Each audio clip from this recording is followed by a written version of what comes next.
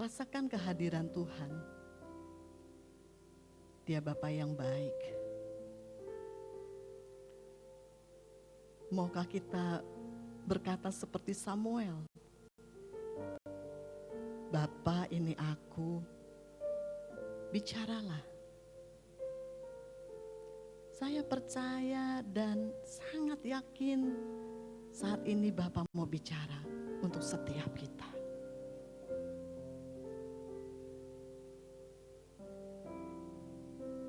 Buka telinga rohanimu, buka mata rohanimu, buka hatimu. Izinkan dia bicara secara pribadi kepada setiap kita satu demi satu. Karena dia tahu bagaimana menguatkan, menolong setiap kita dengan setiap persoalan, pergumulan yang kita miliki.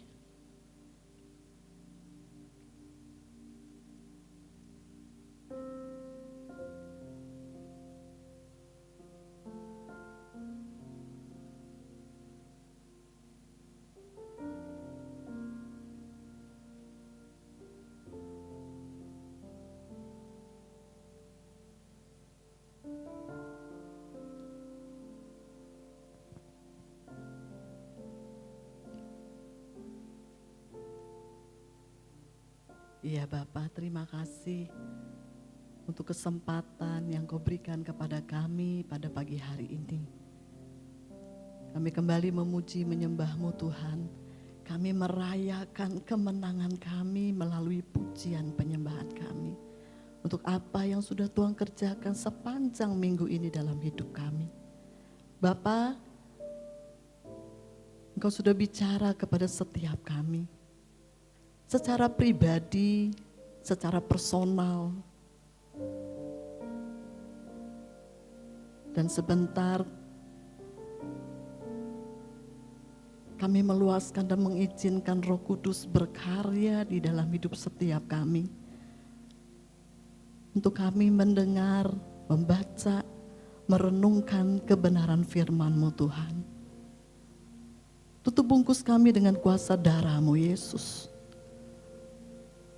Agar hati dan pikiran kami tertuju kepadamu. Pribadi yang hadir di tengah-tengah kami, yang bertahta di atas puji-pujian kami. Biarlah setiap kami memiliki hati yang rela, memberikan hati dan pikirannya beberapa menit ke depan ini. Bahkan selama ibadah ini dari awal sampai akhir.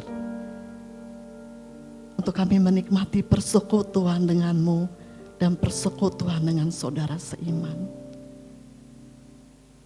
Bekerjalah Roh Kudus. Bekerjalah. Ambil alih dari awal sampai akhir. Dan biarlah nama-Mu saja yang dipermuliakan Roh Kudus.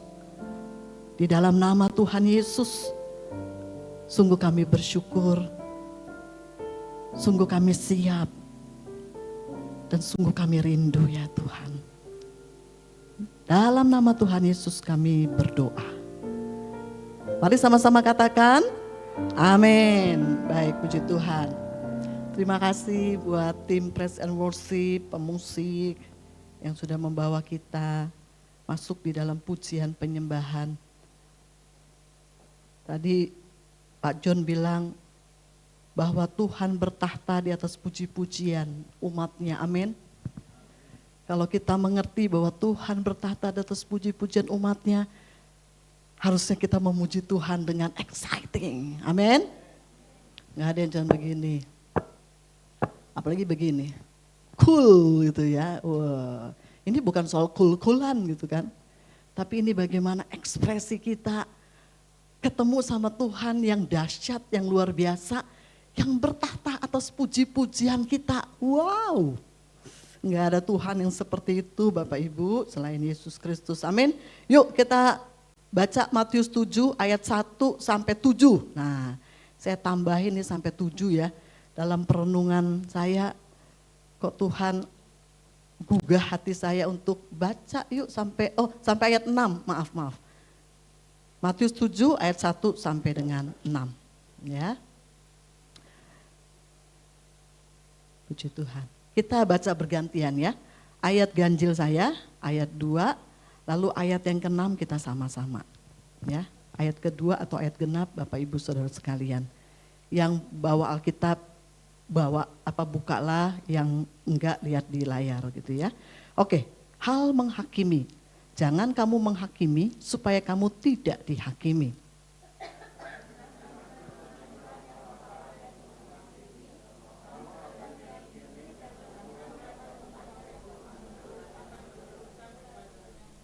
Mengapakah engkau melihat selumbar di mata saudaramu, sedangkan balok di dalam matamu tidak engkau ketahui?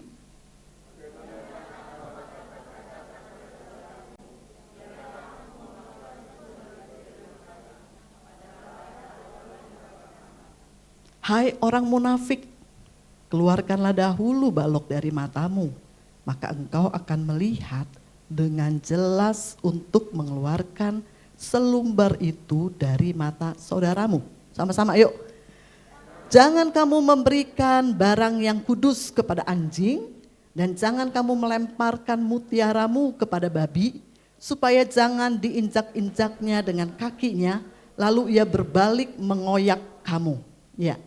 Saya coba berusaha untuk mengulang kembali beberapa waktu yang lalu ketika saya share atau Bapak Ibu pembicara yang share di depan ini bahwa kita perlu mengerti Bapak Ibu ya bahwa bangsa Israel itu hidup di dalam pemerintahan dengan sistem pemerintahan kerajaan. Mungkin beda sama kita ya, kita di demokrasi gitu ya, segala sesuatu bisa dimusyawarakan, dimufakatin gitu kan. Tapi kalau di dalam kerajaan enggak seperti itu gitu loh. Kalau di dalam kerajaan titah raja itu mutlak. Dan setiap anggota yang ada di dalam kerajaan itu atau rakyatnya wajib ikut gitu ya. Makanya kalau kita lihat di perjanjian lama, kisah-kisah salah satu yang terkenal adalah Daniel waktu Raja Darius memerintahkan untuk menyembah sujud kepada patung dirinya gitu ya, dan Daniel tidak melakukan, walaupun raja itu sayang sama Daniel, nggak ada kata nggak dihukum gitu loh. Itulah sistem di kerajaan. Nah, Yesus ngerti benar bahwa bangsa Israel itu hidup di dalam sistem pemerintahan kerajaan. Dan Yesus datang, itu Yohanes bilangnya apa? Sebelum Yesus menampakkan, memunculkan pelayanannya. Yohanes itu teriak-teriak bilangnya apa? Bertobatlah, kerajaan surga sudah datang. Bertobatlah, kerajaan surga. Yesus datang kepada milik kepunyaannya, yaitu bangsa Israel.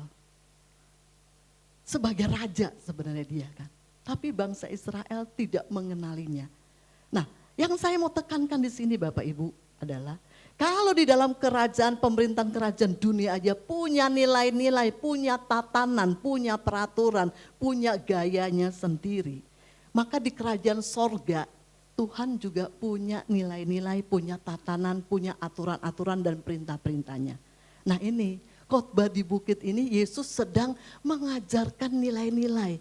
Kenapa? Karena bangsa Israel kan udah hidup di dalam pemerintahan kerajaan yang selama ini dengan hukum-hukum yang kita tahu ada perintah-perintah Musa, hukum Taurat dan lain sebagainya. Waktu Yesus datang, Yesus memberikan nilai-nilai kerajaannya gitu loh.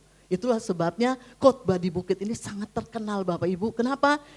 Karena khotbah di bukit ini memberikan nilai-nilai kehidupan di dalam kerajaannya Tuhan, kerajaannya Yesus, kerajaan sorga. Nah salah satu yang kita baca hampir berbulan-bulan ini adalah hal menghakimi. Nah ya, jangan kamu menghakimi supaya kamu tidak dihakimi. Ayat yang kelima, hai orang munafik. Waktu itu Pak John bilang gini, berarti orang yang menghakimi disebut juga orang yang munafik. Tapi Saya dibawa Tuhan itu ke ayat 6 gitu ya Bapak Ibu ya. Dikatakan bahwa jangan kamu memberikan barang yang kudus kepada anjing dan jangan kamu melemparkan mutiaramu kepada babi supaya jangan diinjak-injaknya dengan kakinya lalu ia berbalik mengoyak kamu. Ini ada kaitannya dengan soal hal menghakimi, soal hal kemunafikan. Coba kita lihat di dalam 2 Petrus 2 ayat 22. Yuk kita baca 2 Petrus 2 ayat 22. Saya mau coba lihat dulu yang ayat 6-nya ya, dari Matius 7. Nanti kita coba kaitkan dengan hal menghakimi dari ayat 1 sampai ayat 5 di Matius 7 tersebut. Yuk kita baca sama-sama ya, 2 ya. Bagi mereka cocok apa yang dikatakan peribahasa yang benar ini. Anjing kembali lagi ke muntahnya dan babi yang mandi kembali lagi ke kubangannya. Ini Rasul Petrus lagi ngomong sama para pekerja, guru-guru yang ada di dalam komunitas bangsa Israel, tetapi dibilang guru-guru atau pekerja palsu. Kalau kita baca di dalam 2 Petrus 2 ini, mereka adalah orang-orang yang sudah menerima kasih karunia, tetapi menyalahgunakan kasih karunia. Aduh, coba kalau kita dibilang anjing mau babi, kira-kira tersinggung gak ya? Tersinggung lah ya, gile maksud dibilang anjing. Tapi ini Yesus tuh yang ngomong. Yesus itu dengan sakleknya dia katakan, jangan memberi hal yang berharga. Jangan memberi mutiara. Ini bicara mutiara, itu bicara berharga. Mutiara itu seperti intan berlian. Waduh mahal banget. Ini sesuatu yang berharga. Yesus sampai bilang jangan kasih hal yang berharga kepada anjing dan babi.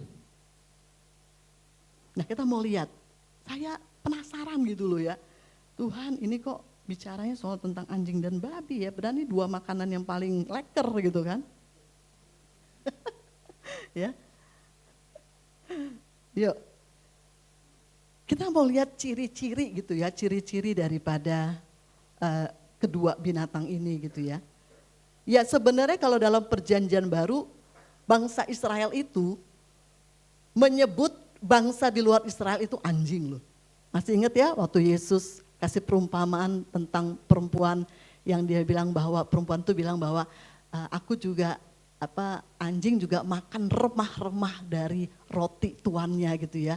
Itu Yesus ngomong saklek juga loh tentang anjing. Karena memang bangsa Yahudi menyebut orang di luar Yahudi itu memang anjing gitu loh. Ya. Saya mau kasih tahu begini biar teman-teman tahu bahwa ini firman Tuhan gitu ya. Di perjanjian lama di Amsal juga bicara soal anjing. Dia bilang gini, jangan kasih bukan mutiara, tetapi kalau orang bebal diajar gitu ya, enggak juga berubah, itu sama seperti kita memberi sesuatu yang berharga kepada anjing. Ada itu. Di Filipi, Rasul Petrus bilang apa? Rasul Paulus bilang apa? Berjaga-jaga, hati-hati dengan mereka. Orang-orang yang menyatakan diri sebagai pengikut Kristus, tapi pada hakikatnya mereka adalah anjing. Wis, nanti baca di Filipi ya. Cari aja lah di Google gitu loh. Kata anjing dalam Alkitab keluar semua kok. Saya juga lihatnya begitu, makanya saya tahu gitu kan. Ya.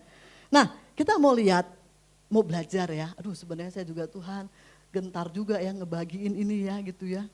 Gimana ya, tapi ya udahlah saya coba denger-dengeran gitu ya. Kita berdoa ya biar semuanya kita diberkati Tuhan dengan firman ini gitu ya. Yang pertama tentang ciri atau kekasan atau apa kenapa sih anjing babi ini gitu loh ya.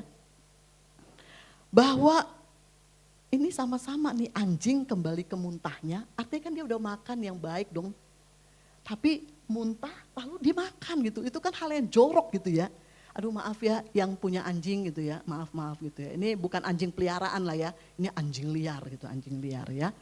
Terus babi kan gitu, saya tuh seneng sama dulu ada film ya, film babi ya, apa ya, siapa namanya? Miss Piggy gitu kan ya. Dan saya baca itu buku cerita anak-anak tentang babi, bagaimana babi itu udah dimandiin, dirapiin, bikin wangi gitu ya. Di bawah jalan yang punya meleng, babinya ngelihat itu ada kubangan, langsung lari, lalu kubang-kubangan happy banget di situ ya. Saya bisa ngebayangin waktu baca ayat ini gitu loh ya, babi kembali ke kubangannya. Ini bicara tentang orang yang sudah lahir baru, sudah dibaptis. Bahkan juga sudah penuh Roh Kudus. Itu kan yang terjadi di jemaat Korintus. Karunia-karunia Roh Kudus luar biasa. Dipakai penglihatan nubuatan. Tapi Rasul Paulus mengecap kehidupan orang-orang Kristen yang ada di Korintus. Berselisih. Kelompok geng-gengan. Ada iri hati. Percabulan. Aduh, sampai dibilang percabulan yang wah. Tapi haleluya, puji Tuhan, hari Minggu. Hari Senin sampai Sabtu, haleluya gitu ya. Di sini enggak ada, di sini enggak ada. Di sana. Mengaku dirinya Kristen, dipakai Tuhan. Yesus katakan apa? Anjing kembali ke muntahnya, babi kembali ke kubangannya.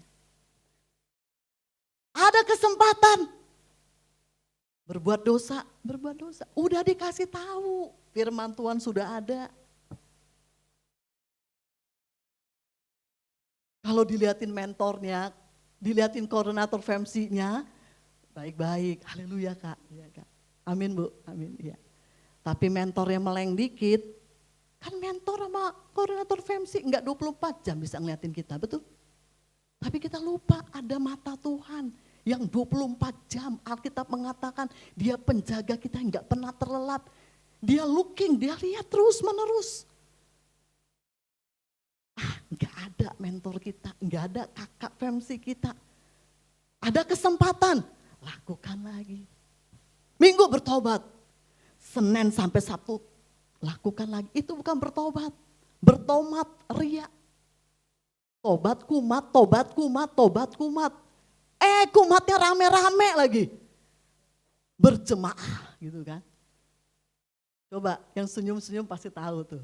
Gue tahu tuh siapa tuh gitu kan. Yang senyum-senyum hanya dia sama Tuhan yang tahu gitu ya. Tapi saya lihat dari sini nih yang senyum-senyum ya. Gak apa-apa ya. Kalau tertegur ya puji Tuhan gitu kan ya. Karena ini firman Tuhan ya, firman Tuhan itu mengajar untuk kita ya. Saya pun juga ditegur kok. Ya. Jadi manusia yang sudah dibersihkan, dibaptis, lahir baru. Tapi masih mencintai hal-hal yang kotor. Masih menyukai perkara-perkara yang dunia, gitu ya. Kalau Kak Wati bilang tuh roh dunia itu roh-roh yang miskin, bodoh, lemah gitu kan ya. Kita punya roh yang perkasa. Melayani, yes melayani. Worship leader, yes. Tapi kehidupan Senin sampai Sabtu. Ini bahan introspeksi diri kita gitu ya. Ini introspeksi kita. Kita gak bisa bilang ini, kayaknya buat dia nih, enggak. Tolong firman Tuhan ini arahkan kepada kita. Sambil introspeksi, mungkin Bapak Ibu teman-teman jarang introspeksi mungkin ya. Harusnya introspeksi itu setiap hari, saya coba belajar tiap malam sama suami, introspeksi hubungan kita sebagai suami istri, sebagai orang tua. Ada enggak yang perlu diperbaiki ya sesuai firman Tuhan. Kalau ada kita harus rela dinasehatin walaupun sakit. Walaupun enggak mudah untuk berubah, tapi rela itu saya lakukan. Karena saya tahu saya juga sama Pak Parda masih belajar dalam proses. Ya. Ingat ya, Roma 12 ayat 2 mengatakan apa? Ketika kita lahir baru percaya Yesus, maka tindakan yang kedua adalah masuk di dalam proses setiap hari, bukan seminggu sekali. Dengar firman Tuhan, oh iya bertobat, iya. Keluar dari ruangan ini, belum nyampe 2-3 jam udah lupa. Makanya perlu introspeksi ya. Setiap hari introspeksi. perkataan saya kah, cara saya berpikir, sikap hati saya. Nah itu perlu introspeksi diri, ya. Suami istri berdua, ya. Kalau kita punya mesbah keluarga, bisa introspeksi dengan anak-anak. Firman Tuhan loh, firman Tuhannya yang mengintrospeksi kita gitu loh. Jadi hal yang pertama bicara tentang anjing kembali ke muntahnya, babi kembali ke kubangannya adalah itu bicara tentang bukan orang di luar sana yang belum kenal Kristus Bapak Ibu. Ini Yesus sedang bicara kepada murid-muridnya dan para pendengarnya khotbah di atas bukit. Jadi artinya dia mau bilang sama murid-muridnya, jangan seperti anjing kembali kepada muntahnya, babi kembali kepada kubangannya. Kamu sudah dibersihkan, Alkitab mengatakan kita sudah bersih karena firman Tuhan. Amin. Kita percaya kepada Yesus, kita sudah dikuduskan, sudah disucikan. Tapi enggak berhenti sampai di situ. Kita harus masuk ke langkah yang berikutnya, yaitu mengalami pembaharuan akal budi. Mengalami yang namanya pertumbuhan. Kalau mengalami pertumbuhan artinya mengalami keubahan. Kalau kita juga belum berubah dari satu dosa, kita masih bergumul dengan dosa itu. Entah marah, entah judi, entah kata Pak John, penghisap lah ya, ini ada kelompok penghisap ya. Penghisap apa aja lah. Penghisap narkoba, penghisap rokok, penghisap vape, penghisap apa lagi gitu ya. Kita belum bisa beranjak dari hal itu. Gimana kita mau menangkan teman kita yang sama-sama penghisap? Gimana kita mau menangkan teman-teman kita yang kita tahu dia pernah sama kayak kita, arogan, pemarah dan lain sebagainya. Kita nggak punya kuasa. Mungkin kita bisa bicara tentang kekudusan karena kita mungkin kita orang yang menang di dalam kekudusan. Atau kita bisa bicara tentang keuangan karena kita menang dalam keuangan yang merdeka. Tapi sisi yang satu itu di mana kita belum menang, yuk dong. Kalau kita bertumbuh, artinya kita berubah. Kalau kita berubah, kita berbuah. Sebenarnya itu. Ya masing-masing orang prosesnya berbeda, makanya Tuhan Yesus bilang lu jangan menghakimi. Setiap kita juga punya pergumulannya masing-masing, punya prosesnya masing-masing, betul? Kalau kita udah sempurna, kayak Henok udah gak di dunia ini, diangkat hidup-hidup. Ya, karena kita bergaul, kita sempurna. Setiap kita masih ada dalam prosesnya Tuhan. Itu hal pertama. Lalu hal yang kedua binatang ini merupakan binatang yang tidak setia dengan pasangannya. Ya, siapa yang punya anjing di sini, siapa yang punya babi, kita lihat ya. Kalau berhubungan dengan sesama babi udah pasti ya, sesama babi, sesama anjing. Tetapi beda-beda kan, nggak setia dia. Ini bicara tentang hal yang kedua. Dan itu terjadi di jemaat di Korintus gitu loh. Wah itu hebat banget. Tentang percabulan, tentang immoral, nggak bermoral gitu loh ya. Bukankah itu yang terjadi Bapak Ibu? Dengan media sosial sekarang, apapun bisa di-upload, apapun bisa diviralkan. Kalau orang-orang selebritis, udahlah kita tutup mata lah. Emang itulah kehidupannya dia, orang duniawi. Tapi kalau ada pendeta, mencabuli jemaat, menghamili jemaat, cerai, selingkuh. Wah, mana ya? Jujur saya bergaul dengan banyak anak-anak Tuhan, pendeta-pendeta. Kadang-kadang nyaris kamir gitu ya. Saya lihat seorang pendeta yang dipakai Tuhan luar biasa. Tapi dia punya nilai-nilai. Boleh punya istri 2 dan itu dia lakukan. Sampai kita bilang gini, bro. Itu firman Tuhan, Alkitab dirobek aja tuh bicara tentang Tuhan membenci perceraian. Saya gak bercerai. Ya tapi itu kan perjinahan bro. Coba, apa enggak, saya itu berusaha berjuang saya sama Pak Parda gitu yang ngadepin, itu temen deket. Hamba Tuhan yang dipakai dengan luar biasa untuk kalangan anak muda lagi. Tapi kita nggak boleh menghakimi kan? Kita menegur dengan kasih, face to face. Tapi saya kaget dia punya nilai-nilai. Loh, kok nilainya seperti itu? Lalu jemaatnya dikasih apa gitu loh. Kalau dia sebagai gembala melakukan perkara itu. Jadi Bapak Ibu, itu hal yang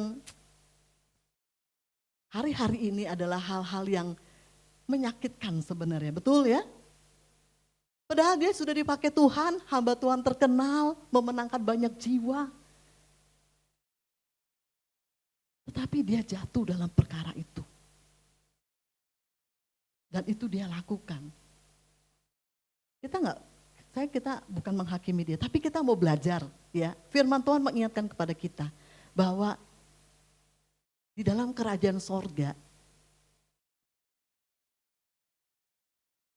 ada berbagai macam orang percaya Bapak Ibu yang membiarkan tabiat atau watak anjing sama babi itu. Makanya Rasul Paulus itu menegur dengan keras jemaat yang di Filipi. 2 Petrus 2 ini itu bicara tentang pekerja loh. Pengajar. Tapi palsu. Kenapa? Karena mereka menyalahgunakan kasih karunia Tuhan. Bapak Ibu, kita ini diselamatkan karena kasih karunia, amin. Alkitab mengatakan kita diselamatkan oleh karena anugerah. Kita dimerdekakan dari dosa-dosa. Tapi ingat, jangan menggunakan kasih karunia atau kemerdekaan itu untuk melakukan dosa atau untuk tetap tinggal di dalam dosa. Mungkin kita bisa melayani. Mungkin kita bisa haleluya puji Tuhan. Mungkin kita dipakai karunia-karunia. Tapi Tuhan mau, yuk kita bertumbuh, berubah ke arah Kristus. Sehingga watak kita makin hari, makin lama kita memiliki wataknya Kristus, yaitu buah roh. Itulah wataknya Kristus. Jadi kalau kita masih memiliki iri hati, kemarahan, yuk masuk di dalam pembaharuan akal budi, pembaharuan sikap hati setiap hari. Setiap hari untuk diri kita sendiri. Kenapa Bapak Ibu? Karena Alkitab mengatakan kuasa Tuhan itu enggak pernah berubah. Kuasa Tuhan dulu, sekarang, sampai selama-lamanya enggak pernah berubah. Yang masalahnya adalah yang berubah adalah kita. Seringkali kita berpikir kok kuasa Tuhan kita enggak alami ya. Orang lain mengalami mujizat, orang lain mengalami pertolongan Tuhan, orang lain mengalami perlindungan Tuhan. Berkat-berkat Tuhan. Kenapa saya tidak Tuhan? Bukan Tuhan dan kuasanya yang berubah, tetapi yuk introspeksi diri. Apakah masih ada dalam diri kita yang tidak tune in, yang tidak selaras dengan firman Tuhan? Karena saya percaya ketika kita hidupnya selaras dengan firman Tuhan, maka apapun kata Tuhan, kuasa Tuhan, apapun yang kita minta, pasti itu akan dengar dan dijawab. Asal kita hati dan pikiran selaras sama Tuhan. Kuncinya kan cuma itu. Sederhana kekristenan itu Bapak Ibu. Tapi kalau hati dan pikiran kita belum